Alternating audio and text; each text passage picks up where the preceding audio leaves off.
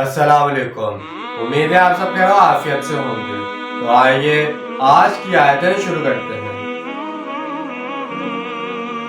بسم اللہ الرحمن الرحیم والذین کذبوا بآیاتنا سنستدرجهم من حیث لا یعلمون۔ شروع اللہ کے نام سے جو بڑا مہربان نہایت رحم کرنے والا ہے۔ رہے وہ لوگ جنہوں نے ہماری آیت کی تکذیب کی ہے تو ہم رفتہ رفتہ انہیں ایسے پکڑیں گے کہ ان کو پتہ بھی نہیں چلے گا۔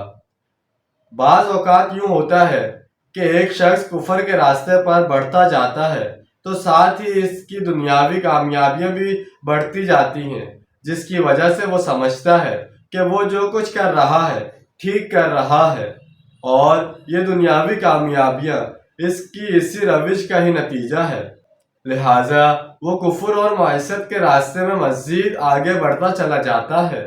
یہ کیفیت کسی انسان کے لیے بہت بڑا فتنہ ہے اور اس کو استدراج کہا جاتا ہے، یعنی کوئی انسان جو پوری دید دلیری اور رٹائی کے ساتھ اللہ تعالیٰ کی آیات سے اعراض اور اس کے احکام سے نافرمانی کرتا ہے تو اللہ اس کو ڈھیل دیتا ہے اور اس کی رسی دراز کر دیتا ہے، جس کی وجہ سے وہ گناہوں کی دلدل میں پھنس چلا جاتا ہے۔ وَأُمْلِي لَهُمْ إِنَّ كَيْدِي مَتِينٌ، اور میں ان کو ڈھیل دوں گا، یقیناً میری چال بہت مضبوط ہے۔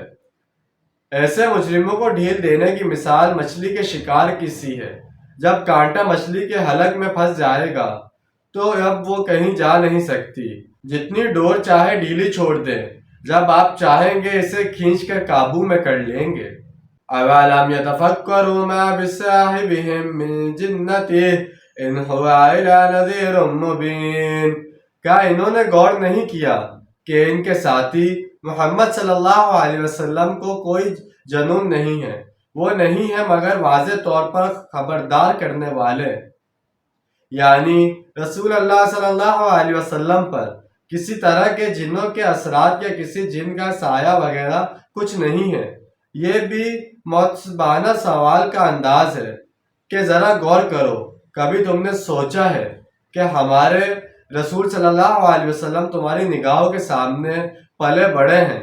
آپ صلی اللہ علیہ وسلم کی سیرت، شخصیت، طہارت، نظافت اور آپ صلی اللہ علیہ وسلم کا کردار، کیا یہ سب کچھ آپ لوگوں کے سامنے نہیں ہے؟ اس کے باوجود تمہارا اس قدر بھونڈا دعویٰ کہ آپ صلی اللہ علیہ وسلم پر جنوں کے اثرات ہیں، کبھی تم نے اپنے اس دعوے کو بودے پن پر بھی غور کیا ہے؟ أَوَلَمْ يَنْظُرُوا فِي مَلَكُوتِ السَّمَاوَاتِ وَالْأَرْضِ وَمَا خَلَقَ اللَّهُ مِنْ شَيْءٍ وَأَنْ عَسَىٰ أَنْ يَكُونَ قَدِ اقْتَرَبَ أَجَلُهُمْ فَبِأَيِّ حَدِيثٍ بَعْدُهُ يُؤْمِنُونَ، اور کیا ان لوگوں نے غور و فکر نہیں کیا آسمانوں اور زمین کی سلطنت میں اور اللہ نے جو چیزیں بنائی ہیں ان میں، اور یہ نہیں سوچا کہ ہو سکتا ہے ان کا مقررہ وقت قریب پہنچ گیا ہو، اور اب اس کے بعد وہ اور کس بات پر ایمان لائیں گے؟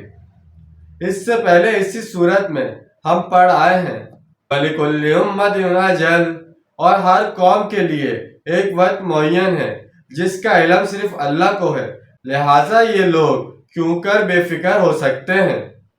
مَن يُضِلِّ اللَّهُ فَلَا هَادِيَ لَهُ وَيَذَرُهُمْ فِي طُغْيَانِهِمْ يَعْمَهُونَ، جس کو اللہ گمراہ کر دے اسے کوئی ہدایت دینے والا نہیں ہے، اور وہ چھوڑ دے گا ان کو ان کی سرکشی میں اندھے ہو کر آگے بڑھتے ہوئے، جس کی گمراہی پر اللہ کی طرف سے مہر تصدیق ثبت ہو جائے، پھر اس کے بعد اسے کوئی راہ راست پر نہیں لا سکتا۔ تو جیسے کہ آج ہم نے چند آیتوں کا ترجمہ اور تفصیل بیان کی ہے، امید ہے آپ کو سمجھ میں آئے گا اور پسند آیا ہوگا۔